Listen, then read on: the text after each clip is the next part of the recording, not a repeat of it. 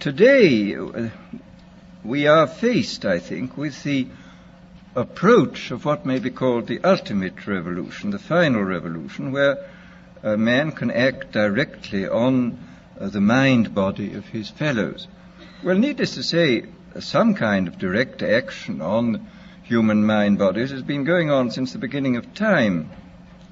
But this has generally been of a violent nature. The techniques of terrorism have been known from time immemorial, and people have employed them with more or less ingenuity, sometimes with the utmost crudity, sometimes with a good deal of skill acquired by a process of trial and error, finding out what the best ways of using torture, imprisonment, constraints of various kinds. But as I think it was Metternich said many years ago, you can do everything with bayonets except sit on them. That if you are going to control any population for any length of time, you must have some measure of consent. It's exceedingly difficult to see how pure terrorism can function indefinitely. It can function for a fairly long time, but I think sooner or later you have to bring in an element of persuasion, an element of getting people to consent to what is happening to them. Well, it seems to me that the nature of the ultimate revolution with which we are now faced is precisely this, that we are in process of developing a whole series of techniques which will enable the controlling oligarchy, who have always existed and presumably always will exist, to get people actually to love their servitude. This is, seems to me, the ultimate in malevolent revolution, shall we say, and that there seems to be a general movement in the direction of this kind of ultimate revolution, this method of control by which people can be made to enjoy a state of affairs which, by any decent standard, they ought not to enjoy. The enjoyment of servitude. And first, let me talk about a little bit about the improvement even in the techniques of terrorism. I think there have been improvements. Pavlov, after all, made some extremely profound observations, both on animals and on human beings. And he found, among other things, that conditioning techniques applied to animals or humans in a state either of psychological or physical stress sank in, so to say, very deeply into the mind-body of the creature, and were extremely difficult to get rid of, that they seem to be embedded more deeply than other forms of conditioning. In this context, I would like to mention the extremely interesting chapters in Dr. William Sargent's Battle for the Mind, where he points out how intuitively some of the great religious teachers, leaders of the past, hit on the Pavlovian method. He speaks specifically of Wesley's method of producing conversions, which were essentially based upon a technique of heightening psychological stress to the limit by talking about hellfire, and so making people extremely vulnerable to suggestion, and then suddenly releasing this stress by offering hopes of heaven. And this is a very interesting chapter of showing how completely, on purely intuitive and empirical grounds, a skilled natural psychologist, as Wesley was, could discover these Pavlovian methods. Well, as I say, we now know the reason why these techniques worked, and there is no doubt at all that we can, if we want to, carry them much further than was possible in the past.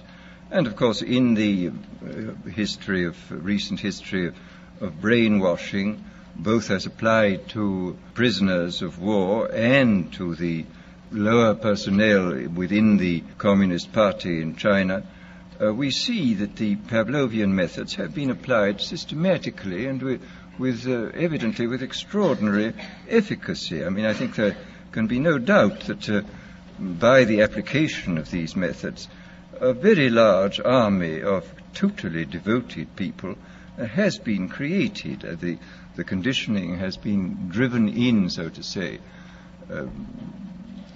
by kind of psychological iontophoresis into the very depth of the people's being, and has got so deep that it's very difficult for it ever to be rooted out.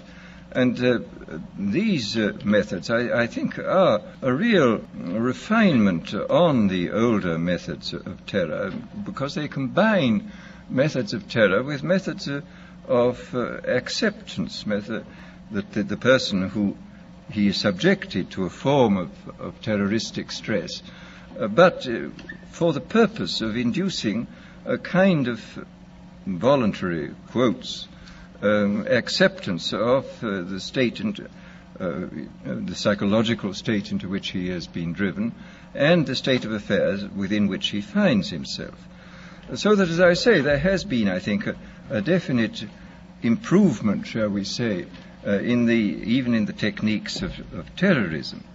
Well, then we come to the consideration of other techniques, of non-terroristic techniques for inducing consent and for inducing people to love their servitude. First of all, there are the methods connected with straight suggestion and hypnosis. I think we know much more about this subject than was known in the past. People, of course, have always known about suggestion, and although they didn't know the word hypnosis, they certainly practiced it.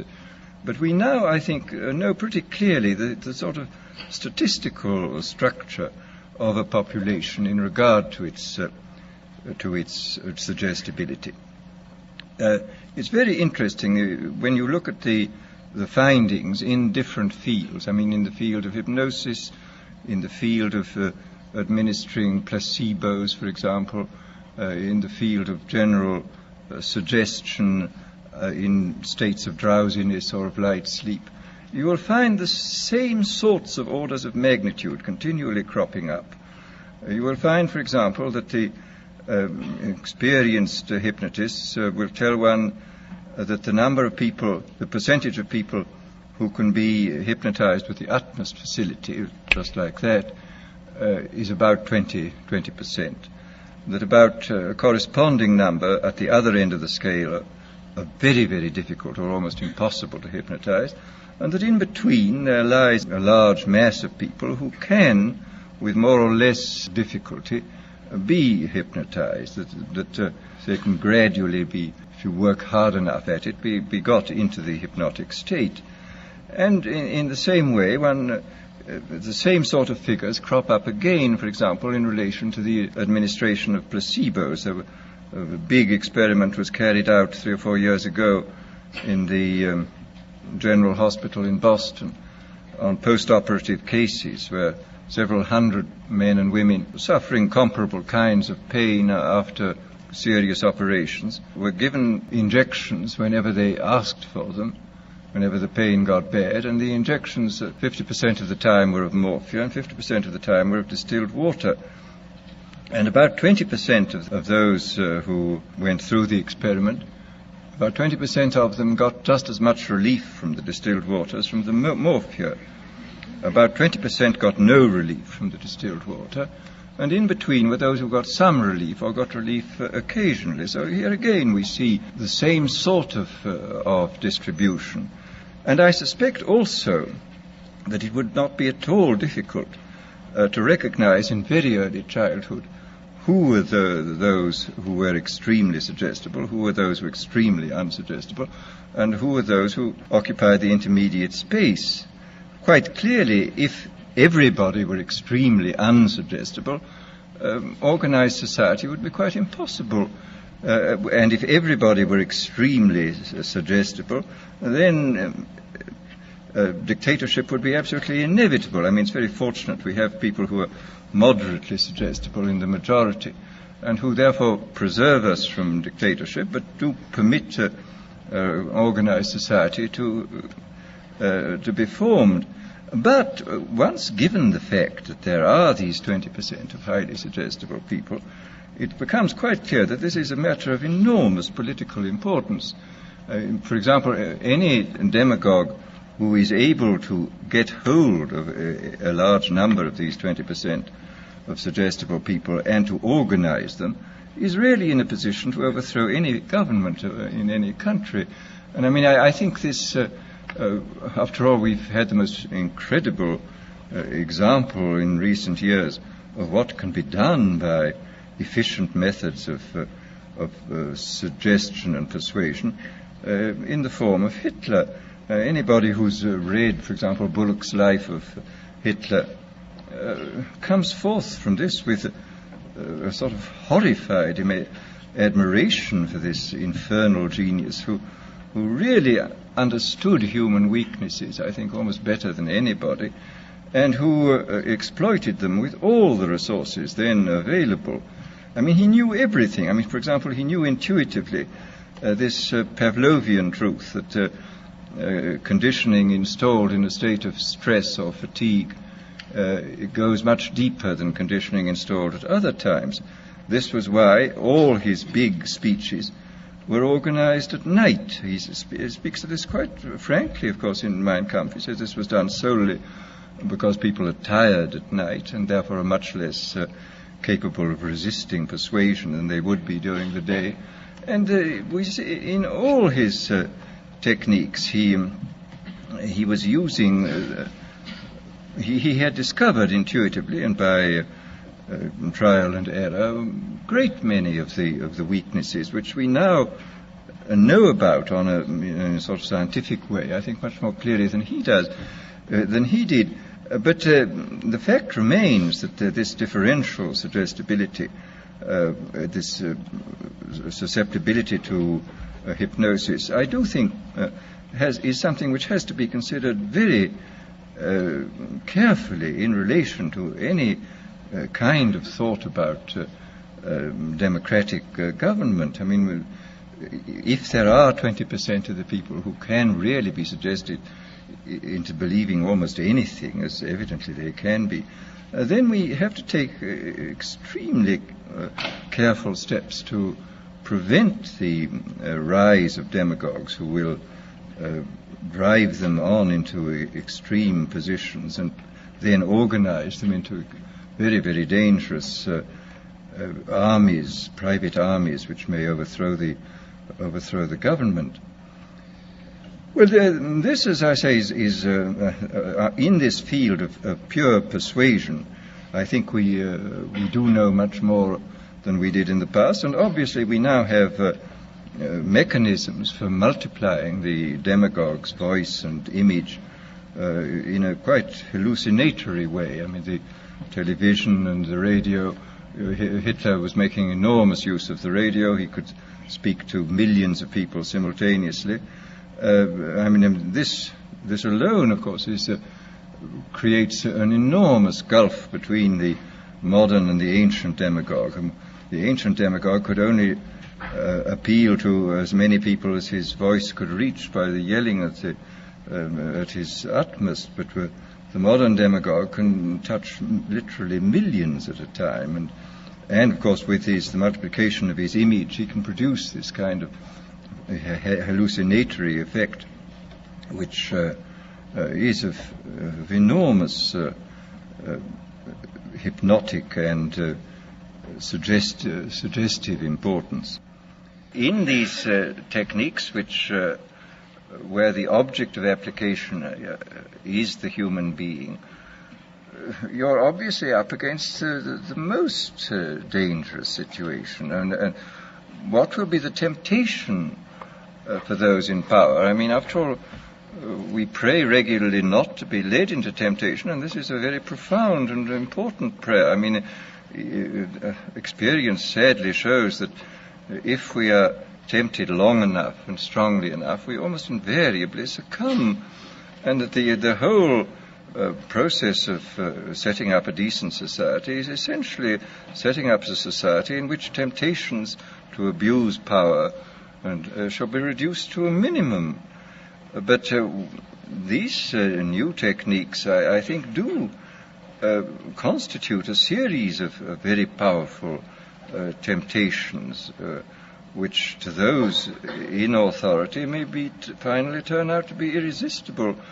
I hope not, but I think what you say is something which we have to think about. I mean, that this might be applied with justification, as you say, in the highest patriotic and moral terms, even in democratic societies. I trust not, but one never knows.